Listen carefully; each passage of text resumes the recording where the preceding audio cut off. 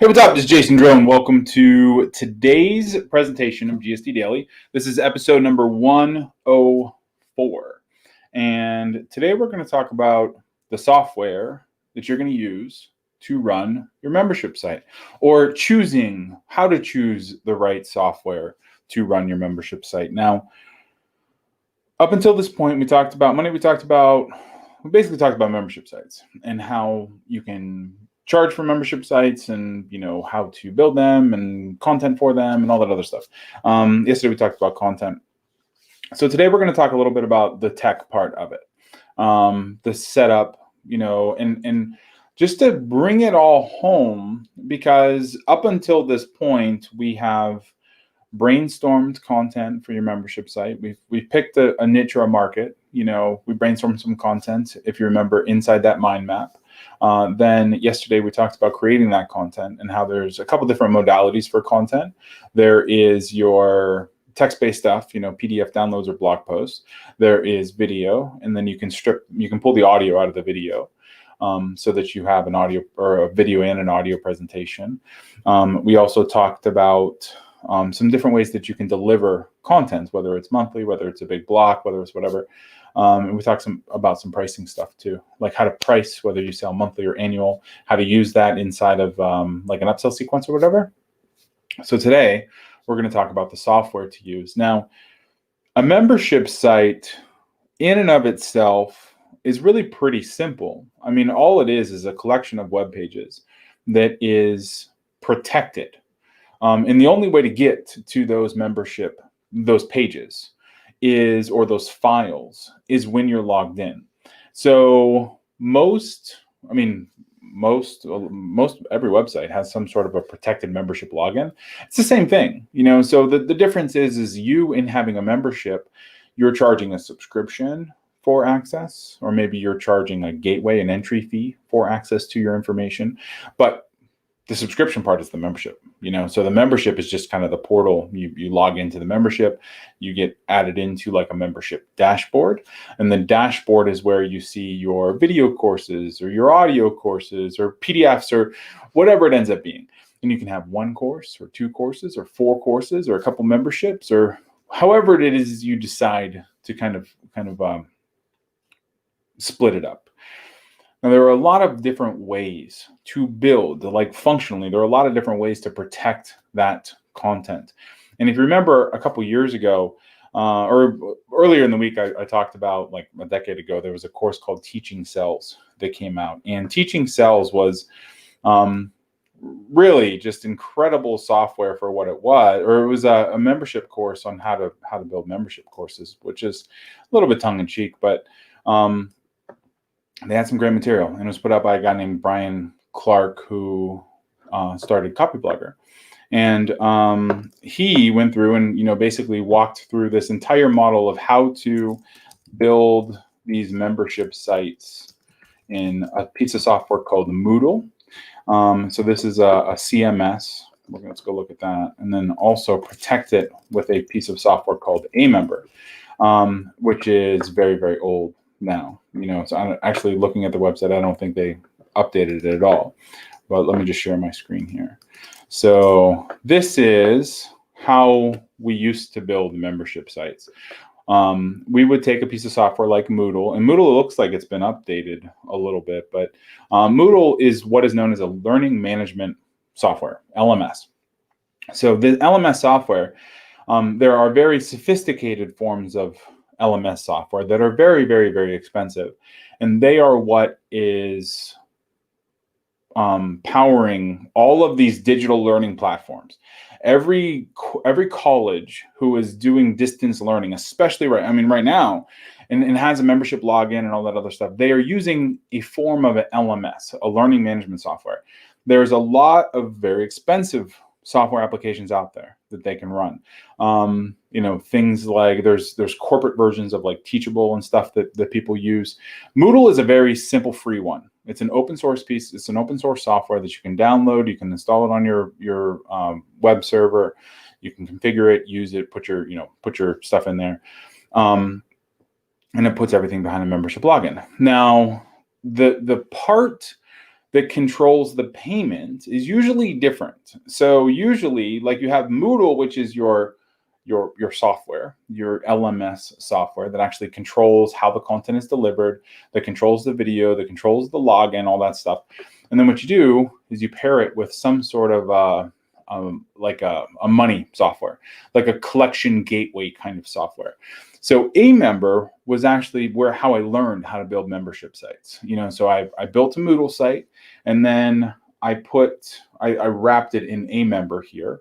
And A-Member had the portal for putting your credit card information in, sending it to a merchant processor, all of that stuff. It was a very time-intensive process. There was a lot of hand-holding and things that would end up, because by the time you have an LMS and then like a payment software, payment gateway, like an A-Member tied to like a Stripe or Authorize.net, then you have an email sending software, then you have a couple other different like kind of random integrations, and shit starts breaking real quick. So we found out really quickly that this is definitely not the right way to do it. It's not the advantageous way of doing it. So we started looking for other options.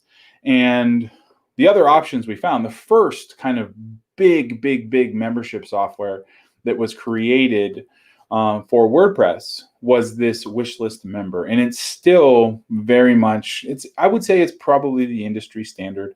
There's like here, trusted by over 103 active membership sites. It's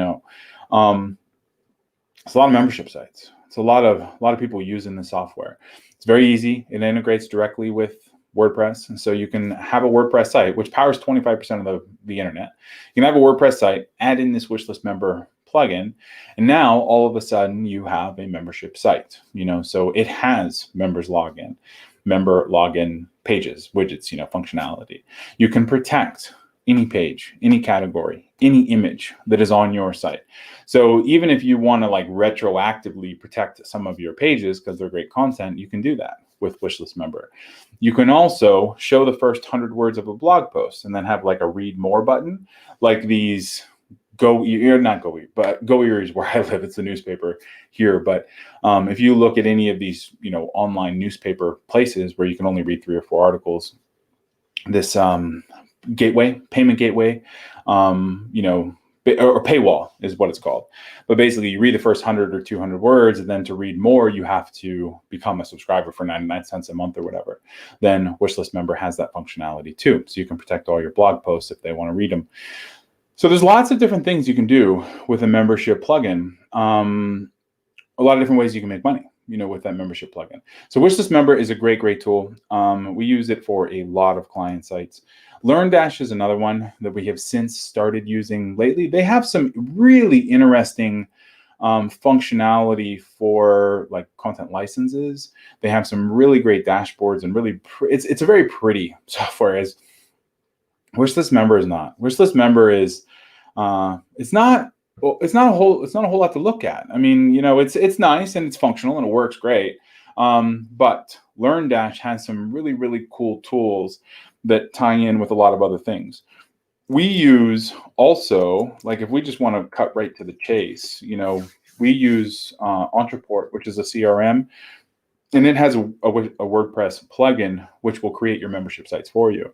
So it will actually protect all of your membership content and tie it to the customer record inside your CRM, so that when somebody buys, it sends them their username and password, which is really nice. It's kind of a pain in the ass to set up originally.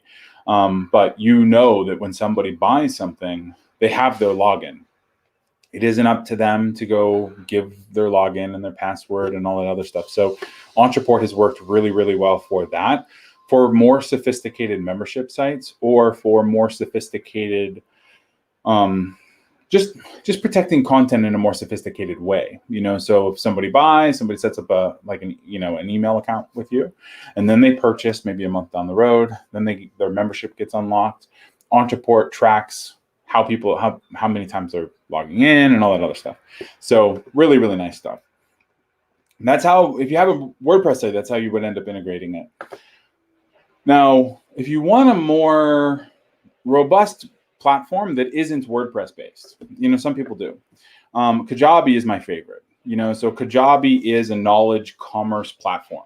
So really they very much They very much, they pride themselves in building robust software that helps people learn, helps content creators create and sell, and helps people, build the software, build the solutions that they want their members, they want their students to go through.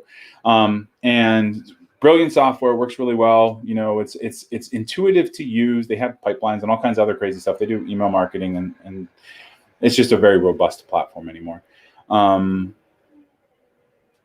So yeah, it's great software. Their competitor, somebody is like a Teachable. Teachable has also very nice software. If I had to pick one, I would pick Kajabi, just because they have a lot of marketing functionality and a lot of marketing tools that, like, a Teachable, which is just kind of like an off-the-shelf like LMS, uses. Kajabi is very much on marketing heavy, whereas Teachable is just very much course heavy. So it really just depends on how much marketing you think you're going to need to do, and if you're going to handle it you doing something else. Like, if you have an email marketing platform, if you have a merchant processor, if you have like all of these things kind of in your business, and Kajabi is probably the better way to go. Whereas Teachable, they have some course creation stuff, and it's really nice to use. This drag and drop and all kinds of other other stuff, but they both work well. So that is kind of how we end up structuring, how we end up building membership sites, from a restriction standpoint. Now, let's see. All right, do I have any questions here? All right, so we went through creating content yesterday. What can you charge for membership? We kind of covered this Monday, but we're gonna run through it again real quick. So, from a membership standpoint, anything below like $10 is an easy membership. People are gonna stay typically years. For anything on like sub $10 in terms of membership.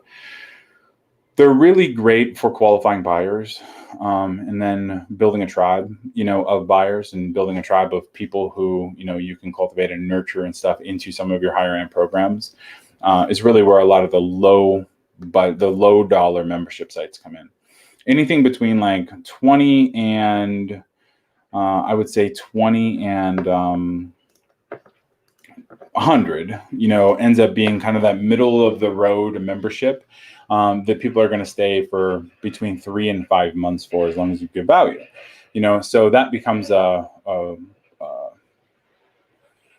a profit center in your business. And when you're at those levels, if you're charging $67 a month for your membership, let's say, then you can also sell like a year-long and annual version of that membership, and give a lot of value. So the annual version might give them 3 months free, but you collect at 9 months, whereas your normal membership is only 5 months. That's what your normal churn is. So you're able to almost double your revenue by selling the annual version, and then you just let them know a little bit beforehand that their annual subscription is almost done, and then you rebuild them into the next month. So, and then above $100 a month, you can absolutely do, but it usually needs to have like live elements in it. So a live coaching call, group coaching, maybe a Facebook community, a Facebook group, something that is live and more dynamic than just a kind of a login and consume material. That's where those groups really, really work well. So I hope that answers the pricing question. And the software question, if you have anything at all, just go to doneforyou.com/start and fill out the little application and book a call on our calendar, and we will make sure to put together an action plan for you for your funnels, your traffic, your optimization, whatever. And if you have any questions, just anywhere on the Done For You website, there's a little button in the lower right hand corner. Hit the button, you can open up a chat and start talking with our team there. And I will talk to you soon. All right, thanks.